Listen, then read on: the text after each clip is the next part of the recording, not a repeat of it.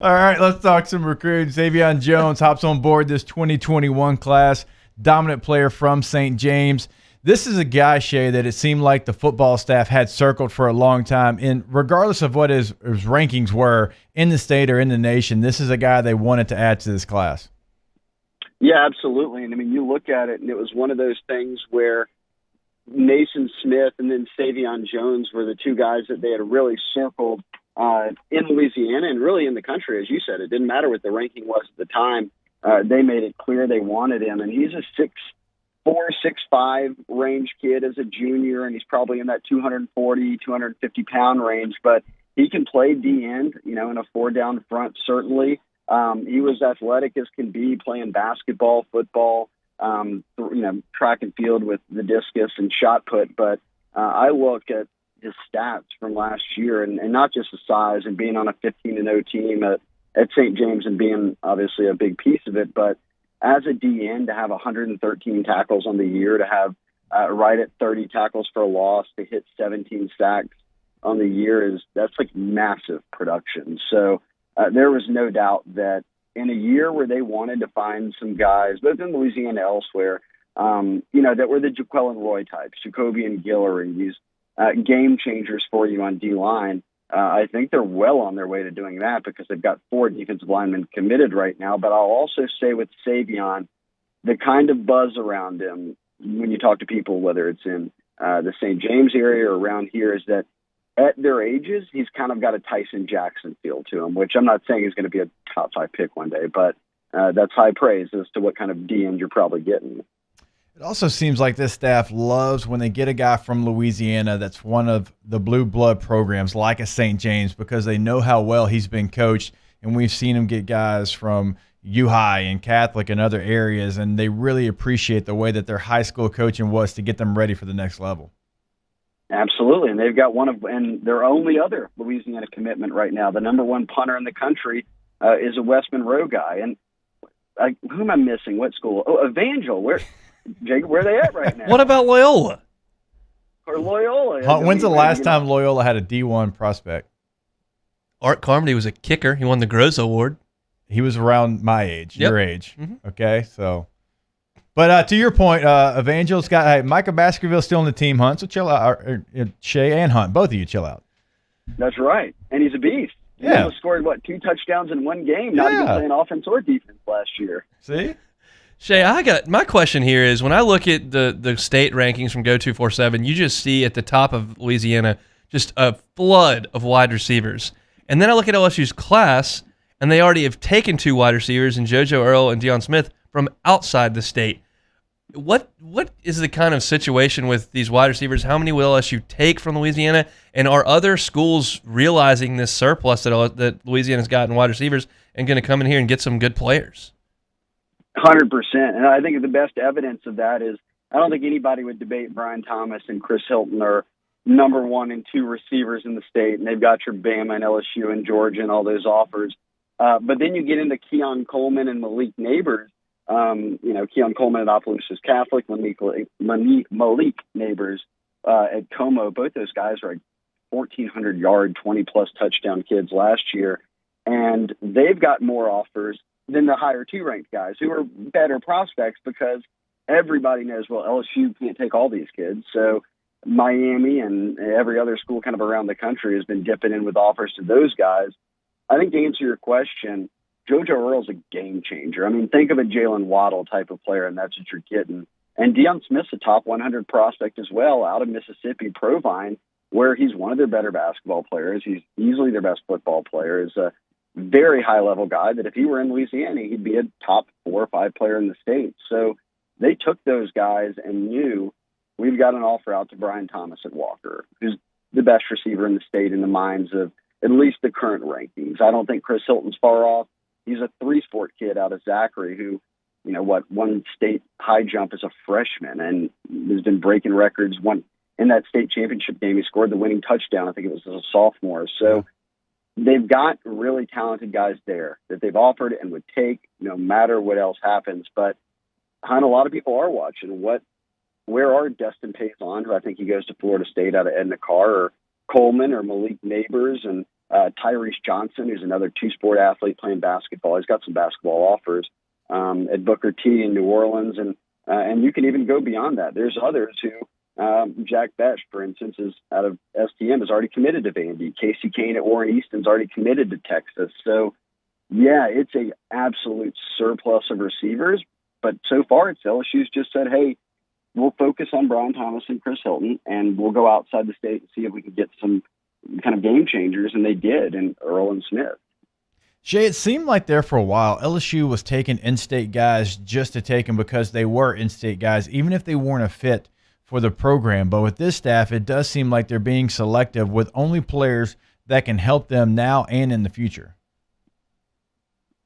Absolutely. And I think it's more now than even the future. You know, a lot of guys who were program guys, I don't want to say over-recruited, but they're just recruiting nationally so much that they can put together a class of 25 guys that 17, 18 of them can give you something as freshmen. And that's just how college football is trending right now. So you've got to keep up with those times. And it's not often that, and look, we know this, and this will just speak to the strategy of LSU trying to build the best roster. No coach that LSU's had in the past, however long, 20, 30, 40, however long you want to count, would care more about taking Louisiana guys than Ed Orgeron. And he has 12 really good commitments, and only 2 are from Louisiana. Last year, he signed 5 or 6 if they end up signing Cameron Jackson. So, yes, making the best players in the state a priority is there. But, Jacob, I'm with you. I think at least if you're looking at how they've played out these classes, they're going national, and they're recruiting guys that they think can help them perhaps more immediately than guys in the state could. Shea, you talked to some of these national kids, and I think it's probably pretty rare when you ask somebody, how was your visit, and they say, oh, it sucked, that school's terrible, I'm never considering them again. Everything's pretty good when they go on these visits. But has the tune of some of these national guys changed in talking about LSU since what we saw last fall?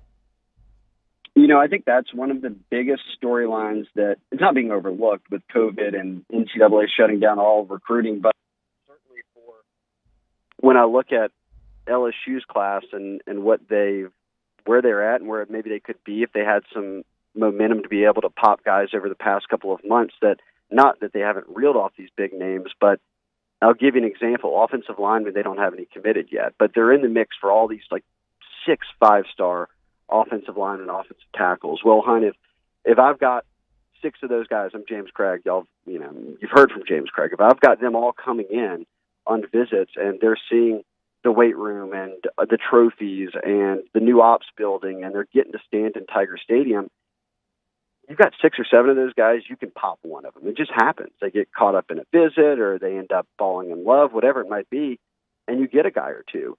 Right now, LSU's coming off the best season ever, NFL draft, all these trophies, and they're collecting dust. No kids can go do anything. So it's, for me, if you want to pick out all the teams out there that are getting hurt the most by it, I'd put LSU up there because they're having to basically sell a 15-0 season in NFL draft history on Zoom calls and text messages. So for me, I'm impressed that Orgeron's been able to, over the past month, roll off 8, top 400 commitments and move from outside the top 30. I think they're up to number 6 in the country right now. Shea, what's the biggest need in this class? If you looked at a position and said, okay, here in 2 years, it's going to be thin if they don't really get some guys in this 2021 class, where's it at? Offensive tackle. I mean, I could say O-line, but tackle, and that's just because you've got Dare Rosenthal and Austin Deculus, but Deculus will be in his final year. By the time these kids get to campus, Dare will probably be in his final year. So what do you have beyond him? And you've got Cam Wire, and they signed a grad transfer, Liam Shanahan, that's only going to be around for a year. But Cam Wire and Doomerville, who hasn't even gotten to campus yet, and the other 2 guys they signed were interior guys, and Thomas Perry maybe has some promise there. You could potentially kick a guy like Charles Turner to right tackle, but none of that do you have any real confidence in because none of them ever really played. So I would have to think, and James Craig knows it because we've seen that they put a massive focus on tackle and not so much guard and center, that they want to find some tackles who not just can help them fill out depth, but if you're coming off winning the Joe Moore Award and going 15-0 and all that, go get some 5-star offensive tackles that are going to be first-round draft picks. And there's no reason right now LSU shouldn't be in that spot. And that's why I said I think it kind of hurts them that they didn't get to have all those guys come to campus this spring and check everything out. But I don't think that means it's over for them. I think that by signing day, they'll have a good-looking offensive tackle class. But for me, there's not a position on the field that's more important in this class than the 2 edge protectors. Shea, do you have any names of offensive tackles that LSU fans can start to pay attention to? Yeah, I mean, if you're looking at the 5-stars, Tristan Lee is up there at the top.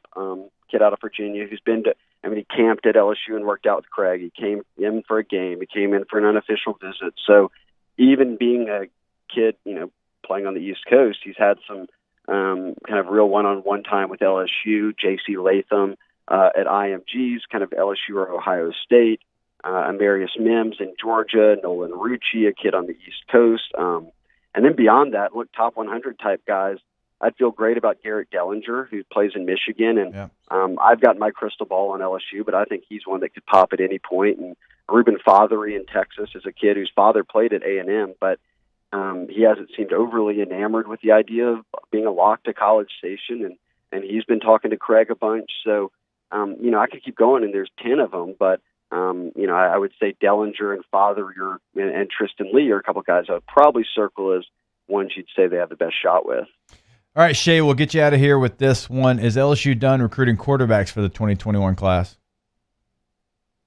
I think they are. And I don't think what happens with Peter Parrish, whether he's on the team or not on the team, will really affect things here. I think they've felt like they got Brennan for a couple of years, and then you've got Max Johnson and TJ behind him, and you'll bring in Nussmeier. And if at some point you feel like you're losing depth or you're not where you want to be, you can always get into the portal or land a quarterback that you think could play early. So maybe, I know they're recruiting Miller Moss out of California, like if he tried to commit and everything was good to go with Nussmeier as well, sure, they'd probably take him. But I think that they're not, after getting Nussmeier in, they're sort of breathing a sigh of relief of knowing, okay, we don't have to be chasing quarterbacks unless someone kind of falls into our lap.